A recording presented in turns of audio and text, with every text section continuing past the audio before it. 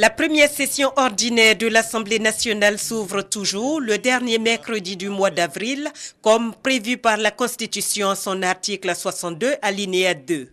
Pour cette année 2013, elle se tient seulement 3 jours après les élections municipales et régionales, marquées par quelques incidents. Le Parlement étant le lieu où s'exerce la démocratie, son président Guillaume Soro a saisi ce moment solennel pour interpeller les différents candidats. Je ne résiste pas au désir de rappeler l'appel au fair play électoral, cette vertu cardinale de l'olympisme que nous devons nous aussi introduire en politique.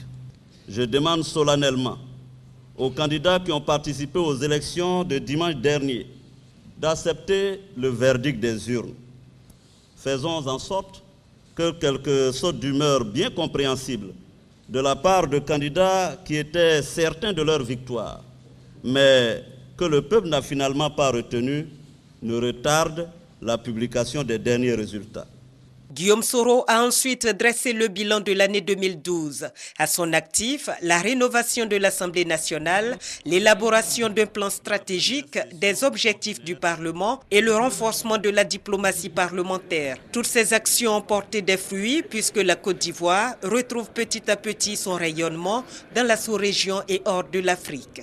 La présence des délégations de parlementaires venus de 10 pays de l'Afrique de l'Ouest et du Centre illustre bien ce dynamisme de l'Assemblée nationale ivoirienne. Mais la priorité du Parlement, selon son président, demeure la réconciliation nationale.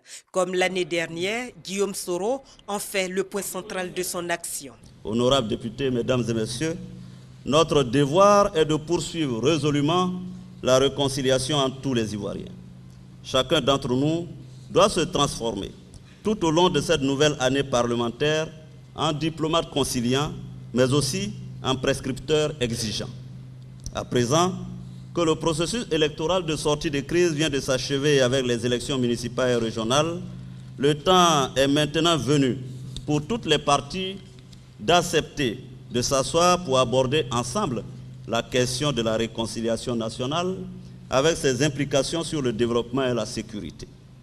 Pour réussir cette mission, l'Assemblée nationale compte sur le gouvernement, la chefferie traditionnelle, mais aussi sur les amis de la Côte d'Ivoire, présents à l'ouverture de cette première session ordinaire. Au nom des parlements frères, le président de l'Assemblée nationale du Gabon s'est félicité des efforts consentis par la Côte d'Ivoire pour renouer avec la paix. Le peuple gabonais, par ma voix, tient à réaffirmer qu'il se tiendra toujours aux côtés du peuple frère ivoirien pour encourager ses efforts dans le processus de réconciliation et de pacification totale qu'il a entamé.